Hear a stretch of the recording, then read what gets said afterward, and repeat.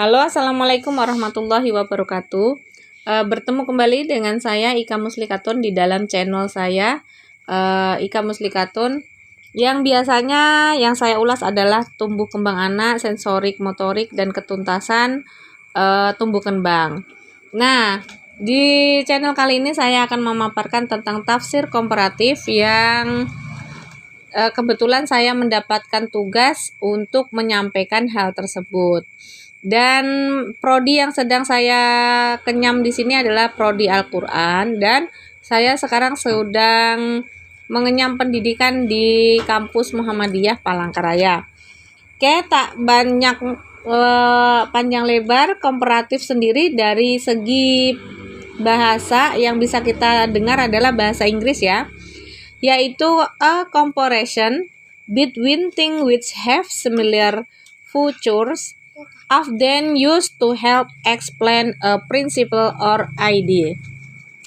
Bahasa Indonesianya yaitu membandingkan sesuatu topik objek yang memiliki kesamaan dan membantu menjelaskan sesuatu prinsip atau gagasan. Sebuah gagasan metode yang digunakan untuk membandingkan dari segi A, persamaannya, yang B, perbedaannya, yang C adalah dari sifat-sifatnya. Ini bisa diambil dua atau lebih daripada faktor-faktor objek yang ingin diteliti berdasarkan suatu kerangka pemikiran dari peneliti tersebut yang berbeda, yang komprehensif tentunya ya. Yang dicari dari metode komprehensif ini adalah tentu saja dicari disiplin ilmu yang dikajinya dulu, valid atau tidaknya, dan latar belakangnya apa gitu ya.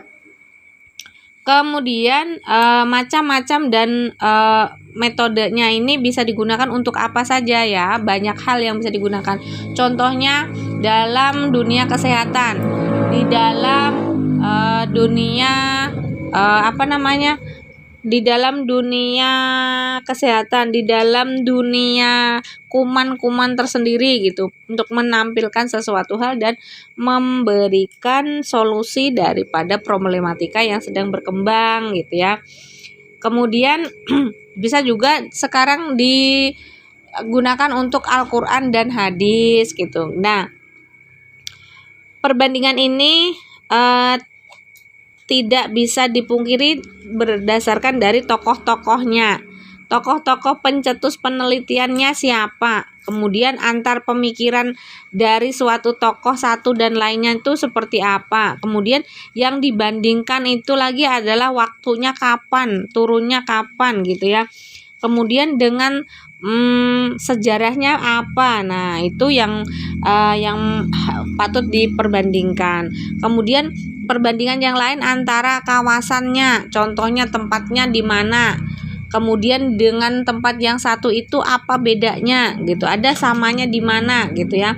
Kemudian contohnya lagi adalah misalkan penafsiran Al-Qur'an sesuai dengan kawasan, misalnya di Jawa itu tafsir Jawanya seperti apa, kalau misalnya di Arab itu seperti apa. Nah, itu yang perlu dicari perbandingannya dan lain sebagainya.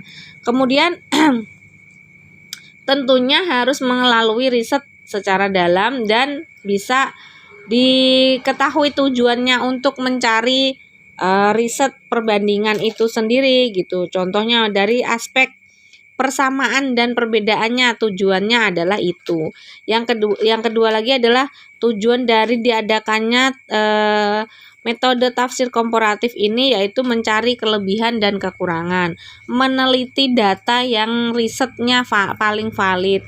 Kemudian tiga adalah mencari sintesa kreatif, upaya mengkombinasikan dan menggabungkan aspek-aspek dan keunggulan serta konsep yang sedang dikaji, yang kemudian dirumuskan secara sistematik membentuk bangunan pemikiran tersendiri, bukan hanya menyandingkan hanya menyandingkan itu dengan perbandingan itu berbeda ya. Menyandingkan dan membandingkan itu sangatlah berbeda. Kalau menyandingkan itu hanya dicari sisi dari positif dan belum positifnya. Sisi dari kelebihan dan kekurangan saja, itu adalah menyandingkan. Kan, tetapi kalau membandingkan itu lebih dalam lagi. Jadi banyak kajian yang harus diketahui. Contoh misalkan di dalam suatu produk. Nah, itu produknya si A dan si B sama-sama memiliki kelebihan, sama-sama memiliki manfaat, sama-sama memiliki tujuannya.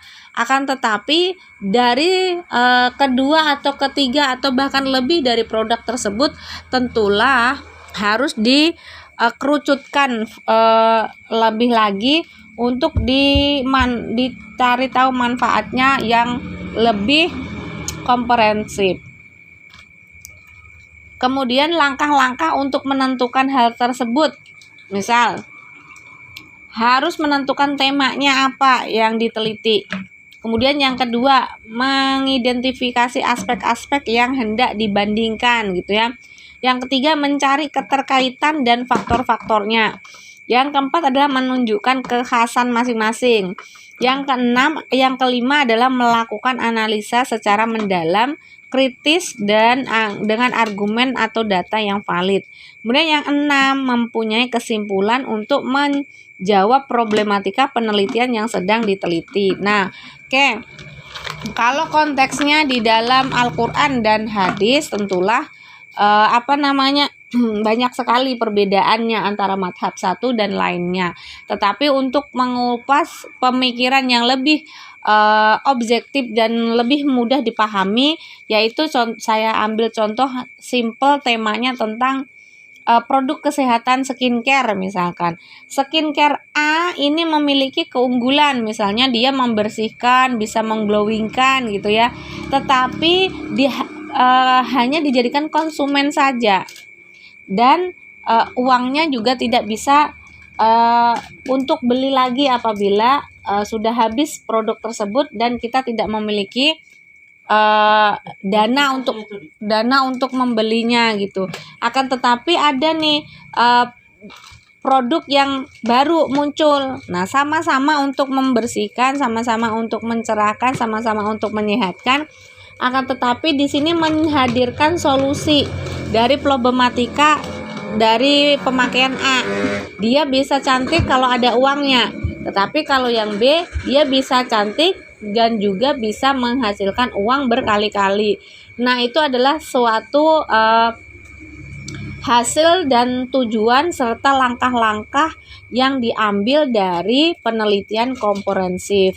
Sehingga masyarakat umum dan khalayak yang ingin mengetahui kelebihan dan kekurangannya serta metode-metodenya dan langkah-langkah apa untuk memenuhi problematika yang sedang dihadapi itu bisa tercerahkan. Nah, itu adalah tujuan dari pemaparan tafsir komparatif yang sedang saya paparkan di kesempatan kali ini.